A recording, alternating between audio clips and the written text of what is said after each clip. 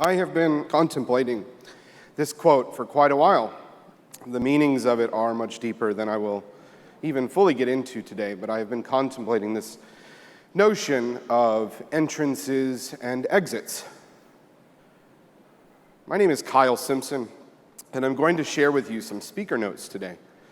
If you have thoughts you'd like to reach out and share with me, please find me on Twitter or any other place online. It can be found as Getify. I have, as Simon mentioned, written a series of books called You Don't Know JS. YouDon'tKnowJS.com will redirect you to those.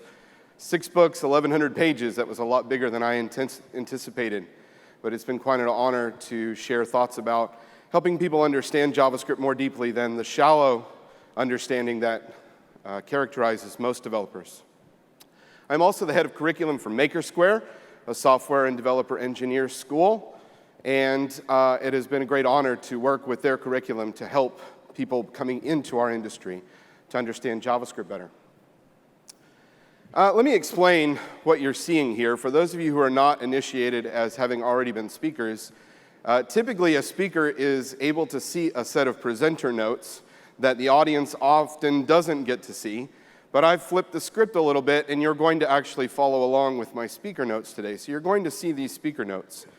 And today I'm going to start by talking about this journey that I have been on, which is 7 years, has taken me over 325,000 miles to 15 countries, 300 hotel nights, more than that in hotel rooms, much to the chagrin of my family, and over 100 opportunities to speak.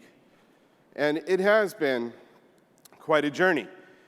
Those of you that would look at those sorts of numbers, you might think that it has inflated a sphere of influence, that I might have a circle that I might be able to influence that would be worldwide, and that would be a little bit of a mistake to assume that.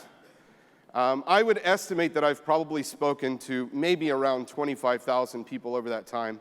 And if you extend that network to those that I have been able to teach, that's perhaps maybe 100,000 people, and maybe it's a little bit more with the books. But it's certainly not made the same sorts of impacts that other world-renowned speakers have had. And in this period of time, I've come to be part of what we disaffectionately would refer to as the speaker circuit. Those of us that are regularly conference speakers see many of the same faces over and over and over again, and you develop friendships that sort of start and stop in these 2 to 4 month increments where you see each other around the globe. And that's been a lot of fun. As a speaker on the speaker circuit, you always have to have at least 2 to 4 talks kind of in the bag, ready to go. And I literally have shown up at a conference and been asked to present a different talk or present an additional talk. So you sort of have to have something ready to talk about. I've been able to tick off many items on a bucket list of places that I've been able to see, things that I've been able to do, people that I've been able to meet. And it's been really fantastic. It has been a huge honor. I've seen great things, and I've also made an awful lot of mistakes, some of which I'm going to talk about today. In the process, I've grown, I've broadened my horizons, namely because this opportunity as a speaker has allowed me to get outside of my normal echo chamber. And those of you that have things to say, you know that when you reinforce the people around you that believe the same things that you do, you don't get that diversity of opinion. And it has been great to be in different countries and to speak with people and to debate with people that have very different views and very different perspectives on things. You know, I've observed over that time that there is this incredibly fine line between ego and narcissism and a desire to speak and share with others and to help others. And that is especially true for those of us who call ourselves teachers as well as speakers. And I've observed that you cannot actually completely remove ego and narcissism from the equation. That's not possible because then you would simply stay in a cold, dark corner and never talk to anyone. But you have to balance it out with humility. And some people would label that as confidence. I'm not sure it's really confidence so much as naivete.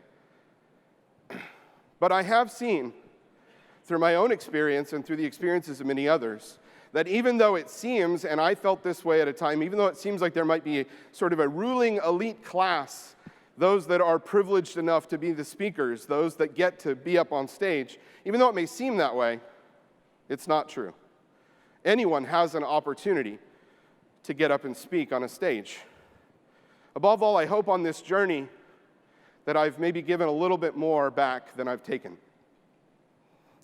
So let's start at my origin story so that you can understand what it took to get here, to this stage today. Back in late 2008, I was working on a project called SwiftObject, and one of the maintainers of that, named Jeff, I talked to him that one day, and I said, I would love to go to conferences, but I can never figure out how to get a company to pay. And he said, well, the trick is to just agree to speak, and then you get to go to the conferences for free. And I thought that was amazing. So a couple of months later, I was looking around, and a conference was starting to advertise, and that conference was Conf 2009. And I would say, without any hesitation, that conference is, at least in no small part, a reason why we're here today. Conf 2009 started the attention on having JavaScript-oriented conferences. Chris and Laura Williams, who put that on so tirelessly for so many years, those of you that know about that family and know about that story know that there have been some difficult times for them lately. And while I don't have the same eloquent words that others do, I just want to give them a profound thanks, because they are the reason that so many of us are here, and in particular, they are a reason why I'm on this stage today. I reached out in all naivete to Chris Williams, and I said, I would like to speak at your conference. Do you have any spots? Which is ridiculous. But he responded so kindly, and he said, well, we have this track B. How about if I reserve a spot? And that was just enough for me to convince my job that I could take a couple of personal days and go up to this conference. And I showed up in a room, and there was only one person there. My first talk at Conf 2009, one person, and that person was Tom Hughes Croucher, who is here today, I believe. And he and I became kind of friends and saw each other through that circuit. And then a couple of months later, I moved on, and this is where the embarrassing stuff starts, because I moved on to jQuery Conf, and I proposed to talk there, didn't even get selected, but I got picked as sort of a wild card voted on by attendees. And I don't even need to zoom into that slide for you to realize how terrible that is. That I have a Superman slide with handwriting about my font choice. And yes, I even played that 2001 A Space Odyssey theme, the sound in my talk. This was awful. And I moved on a couple of months later to an even bigger stage over in Europe, in Berlin, Conf EU. And I don't need to zoom into that slide for you to see how terrible that is. Yes, I have images of those old Geico cavemen in my slides. It was terrible. I was on a stage with so many more professional and polished speakers, and even though I might have had some decent technical things to talk about, I didn't know what I was doing. And I was discouraged after seeing all of those other great speakers. You might not even have heard of Conf EU 2009 had it not been for a little thing called Node, because that's where it was actually launched publicly. And I started asking myself, should I just give up? And there was a tweet that came out right at that time from Brian LaRue. Until a couple of weeks ago, I don't think he even remembered this. But that tweet is why I kept going. The power of those words. So I kept going. And I have considered this journey to be, I am extremely fortunate on this journey. And I have carved out, those of you that know me or have heard from me, know that I have carved out a somewhat of a contrarian voice. Asking questions, pushing back against the status quo. That is not fun. Some people think I do that because I get kicks out of it. That's not fun. But somebody needs to. It's necessary. I'm kind of an old school purist. I guess you could say I was an anti-hipster before it was not cool to not be an anti-hipster or something like that. An outsider. And it's cool because most of the cool kids that would disagree with me are not even in this room today, so that's all right. But what mattered is that I was given a stage so that voice could have some impact.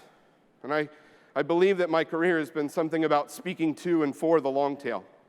And it's important to note that these are really just opinions. I didn't actually have any power to change anything, not even today. That's a good thing because, for example, TC39 has never taken any thoughts that I had about what should change and made that happen. And that's a good thing for you all because they're much better at it than I would be. But this independent voice, I've been extremely fortunate to be able to carve that out. So why do I speak? And maybe why would you speak? You know, I used to think that it was about teaching, because as a teacher, someone with a teacher's heart, I thought I needed to share ideas and teach people. So I used to think it was about teaching, and then over time I realized that there's just not enough time to teach, so it became more about inspiration. Can I inspire you to go learn something yourself?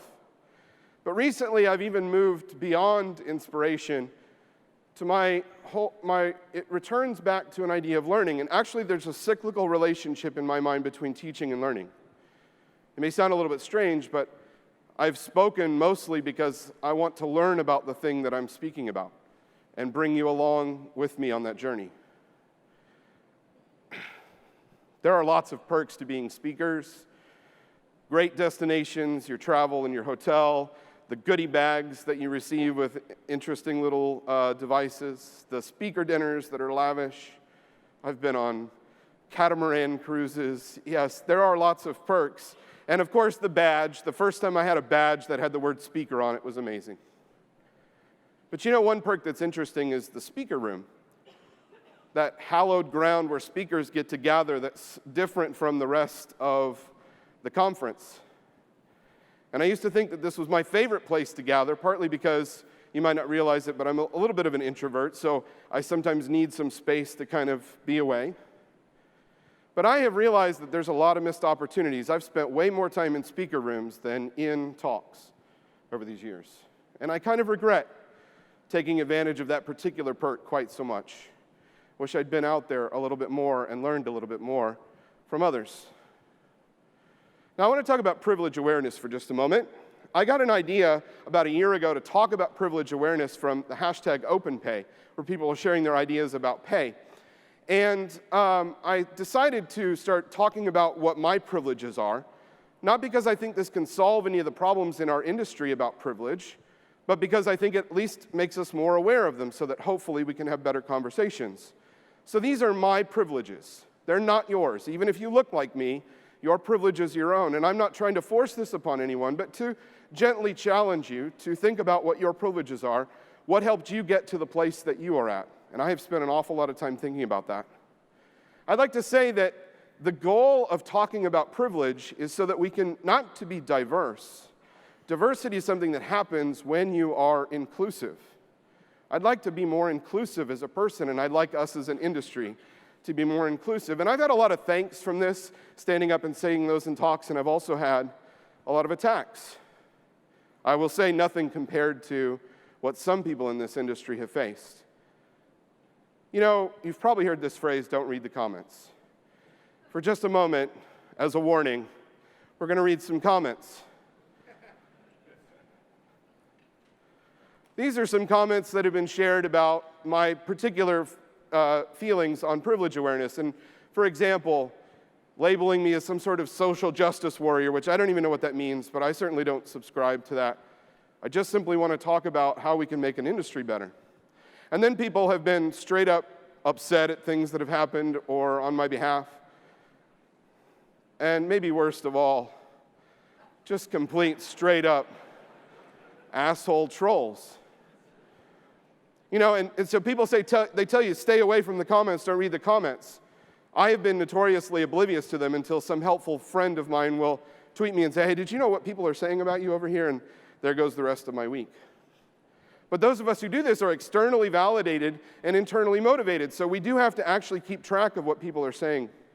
So I would say this, not to avoid the comments, but perhaps read the comments in third person so that you disconnect the personality, but perhaps keep the signal to help you be grounded. This web thing that we've been talking about, it's been called a platform, it's been called a way to deliver applications. It's a stage. It is the world's most transformative, it is mankind's most transformative and empowering and connective stage that we've ever built. And that's a huge responsibility and privilege. 7.4 billion people in the world, and back in 1992 when the web we know started, there were like 5.5 billion. So if my math is correct, that's almost 2 billion new people since the web came about. But there are 10 million developers and really only 10,000, I'm roughly guessing, 10,000 people who speak up at conferences or do spec work. 0.00014% are responsible for making this web for the other billions of people. And we do not have enough inclusive voices in that conversation. We need more empathetic inclusivity to make that conversation build a web that actually empowers all 7.4 billion people. So today, why do I come to this stage? I come to this stage because by far it's the pinnacle of my speaking career, the most people I've ever been able to speak to. And it's not an irony, it's actually a poetry that I come here to act on this belief more deeply than before. I believe the web needs more of these voices. So I come here to step down from the stage and to begin to focus on promoting and encouraging you to come up here. I would say that okay talks are about the speaker, good talks are about the content, but great talks are about the audience. And that's what we need, is we need your voice to be part of this discussion in little and big ways. The things that you think don't matter actually do. So giving a brown bag lunch at your work, or writing a blog post, or giving a 5-minute lightning talk brings your voice to the conversation. You don't have to be a developer relations or have teacher in your title. All those questions and difficulties and mistakes that you make are part of that message. They're part of that voice that we need. Don't wait around to share those ideas. And think about your motivation. What will keep you driving when it gets tough? Will it be something about yourself?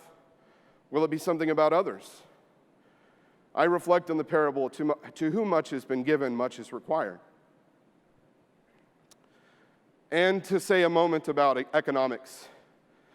A speaker is the value at the conference. So I encourage you to value yourself more. You do not have to donate your time, and you do not have to pay your dues. Your value starts on day one.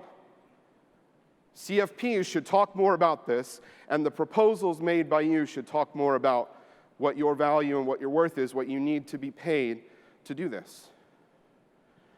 And we need to fight back against these pressures that make it so that speakers get burned out and get taken advantage of. There are many, many barriers. Physical, emotional, mental, cultural, economic barriers. These are real, deep, systemic, and unfair, and I cannot fix them. But I'm going to beg you to push through and fight against them. I saw a talk at Conf by a person who does public relations for a company, and she stammers, and she got up and stammered through a talk.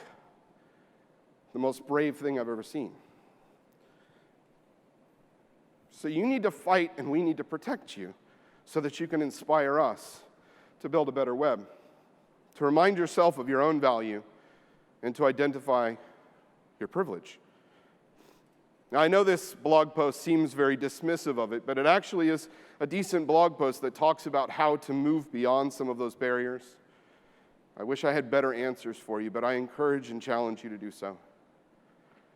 And if you have that whole imposter syndrome thing, it's really just a perceived barrier. It's not a real barrier. You think maybe great speakers are born this way. We're not. If you wait until you're an expert in something to start talking, it's far too late. We need to hear the journey. You are most valuable to us when you're still learning. And the balance, that's a big thing. I took a lot of red-eye flights. I cheated. I skipped out on a lot of pre- and post-conference parties so that I could stay home, get back home to my family. But this stage needs your voice. So how many of you are willing to join that? I'm trying to pass a torch on to someone else. So the question is, will you pick up that torch? Will you join that conversation?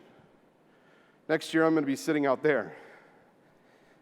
And I want to hear your voice as you share with us. So it's time that I sit down and listen to you. Is there anything that I can do to help? If so, please feel free to reach out. I have a book signing, and I also have office hours today, but you can find me online.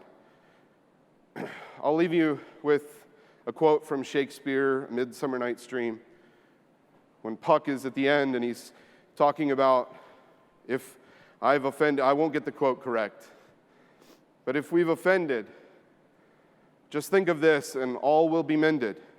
Give me your hands if we be friends, and Robin will restore amends. I am deeply and profoundly honored to have had these stages. Thank you.